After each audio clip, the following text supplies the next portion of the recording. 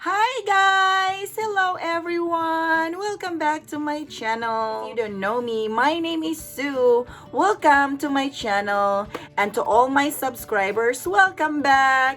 Well, today in this video guys, I'm very excited because I got another unboxing video of the item that I just purchased 2 days ago, and I was not expecting that it will arrive today. I've been wanting this piece for quite some time, but I did not make a final decision not until 2 days ago when I said to myself, I worked hard. I think I deserve this, guys. Oh my god, guys, I can't wait to open this box right here. This is my first ever Gucci unboxing, guys, and oh my god, let's witness what's inside the box and how beautiful this piece is. And with all further ado, let's start unboxing, guys. So here's the box. This is how it looks like when it arrives. It was delivered via FedEx. And it is really nice for Gucci, guys, to have this note that's a delivery courier, direct signature required.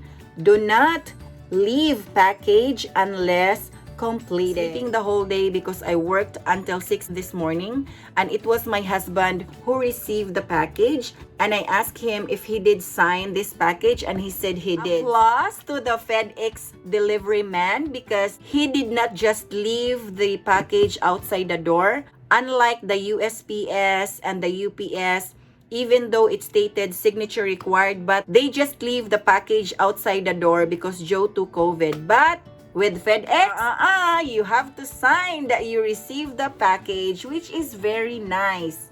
Yes, so let's do this, guys.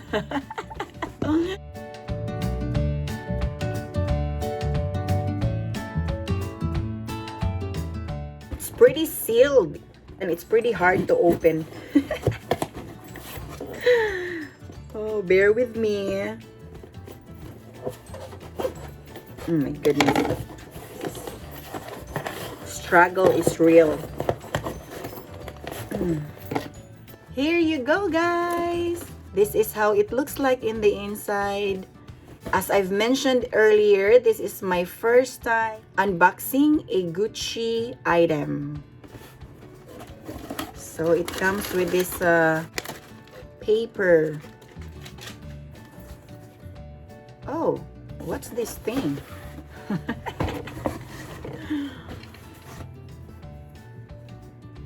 Oh, it's a shopping bag, a dust bag. It has a handle. I think it's a shopping bag, which is nice. That says Gucci. On the other side too, Gucci. And it's made of fabric. It's made of fabric. Look. Wow. It's nice, huh? It's nice. Okay, what else? There's another paper thing. It's a white envelope that says Gucci. Okay. Let's see what's inside in this envelope. Right here.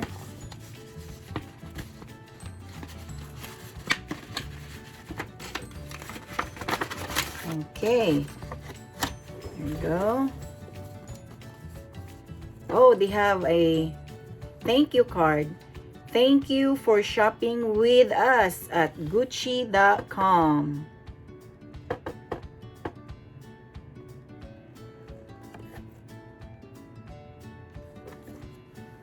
We hope that you enjoy your Gucci purchase. Each item has been skillfully designed and made using the highest quality materials by Italian artisans. Please contact us if you have any questions, and we look forward to assisting you again at Gucci.com and in our Gucci stores. Yeah, that's what it says on the card. What's this thing?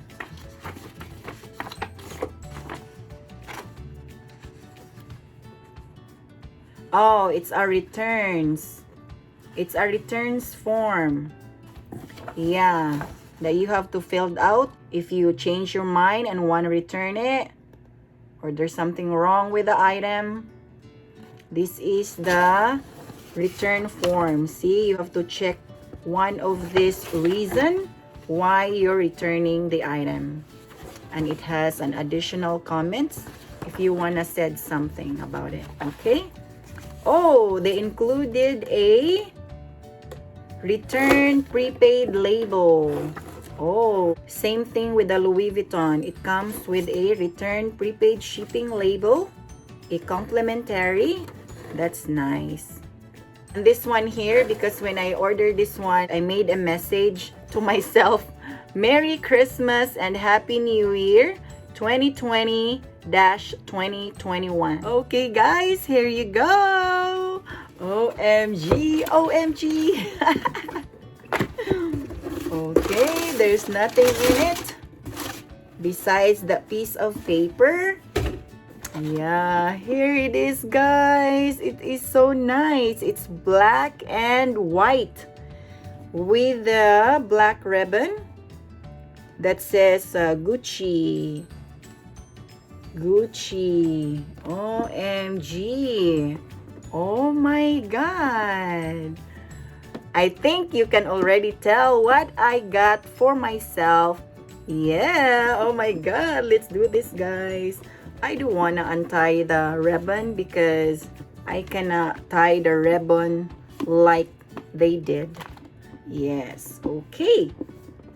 Oh my God. Oh, so it's not magnetic like the Louis Vuitton. It's just like this. Okay, okay, okay. It's kind of hard for this. Oh, I wish it's a magnetic so it's easier, or with a pull tab like the Louis Vuitton, because it's easier to open. This one, it's kind of hard, so I will put it down. OMG. It's kind of hard. Oh, here you go. Oh, here you go, guys. It comes with a dust bag.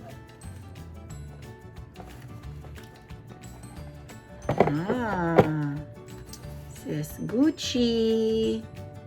There is no Gucci store near my area, guys, so that's why I'll just purchase it online. And I'm not even sure about the size. I've been watching YouTube videos to the other vloggers about this item, and I'm still not sure about the perfect size for me, so I'm hoping this one would work. Let's reveal. Here you go, guys. I got the belt. I got the belt, guys, in 85 cm.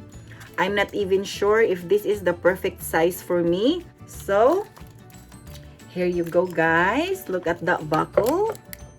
Oh my God, the buckle is really kind of heavy. Pretty solid. Solid metal. Yeah. The tag just have the item number. Yes. And this is how it looks like. This is how it look. Oh, it comes this too. What is this? It's a Gucci responsibility card.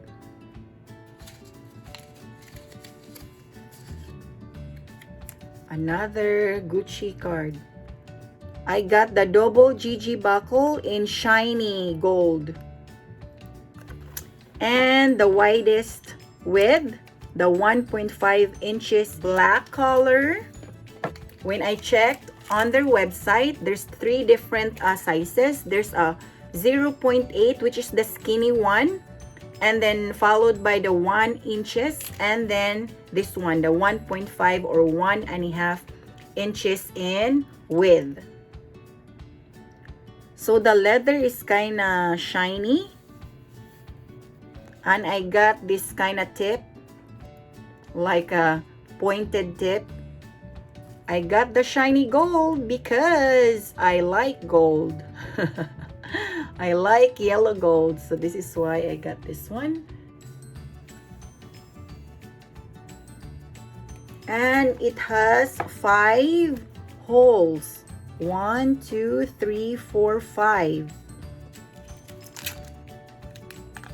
Yeah, and let's check everything. Oh no, I see some. Can you see that? It seems like there's a scratch. Not really a scratch, I don't know. It seems like a scratch to me. Or discoloration. It's kind of white. So, Gucci, made in Italy.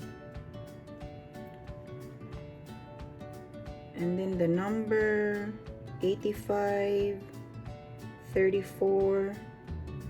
I think those are cereal with the size, which is 85, I believe. So yeah, I want to try it on, guys. I want to try it on. I'm really hoping that it will work. But I just don't like the flaw. There's a little tiny flaw. This is a $470 belt. It's pretty pricey for a belt. So let's see, guys. Okay, I want to try it on.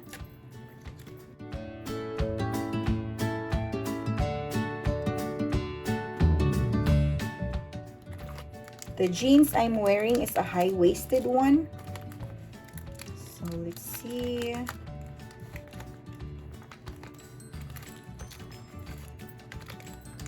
I'm going to use the 1, 2, 3. The third fits perfect. What do you think, guys? And the end of the belt is just up to here.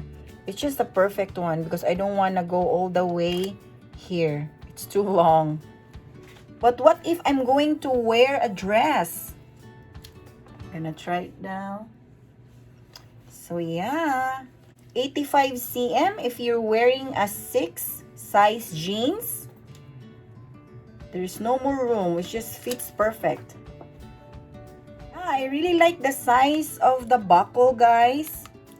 It's like if you're getting a belt that you want to show off the world your buckle, better go for the bigger size. The 1.5 fits perfect on me. 85 cm.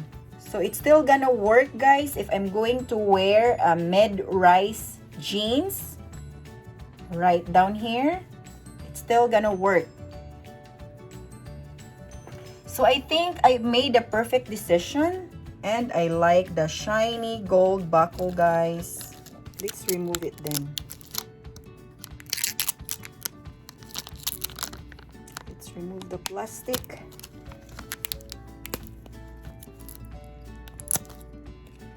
OMG, it's really beautiful. Fits perfect. So I'm gonna try if I'm gonna wear a dress.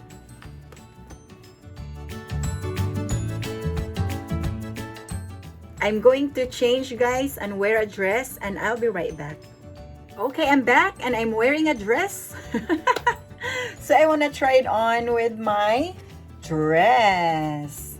So let's see how it looks like wearing a dress.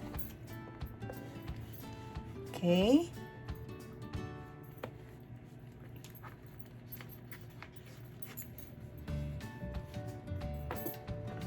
Holy cow. Oh my god, guys, it's really nice. It fits perfect. I'm using the last hole. I don't have to make another hole, guys. It fits perfect. Oh my god, look at that. What do you think, guys? Oh my god, guys, it's so pretty, don't you think? Yes. It is really nice, guys. Look at the belt. I am glad I made a perfect decision of getting this belt, and with a perfect size. 85 cm. For me, it's just a guess. If you're wearing a size 6 jeans, get the 85 cm.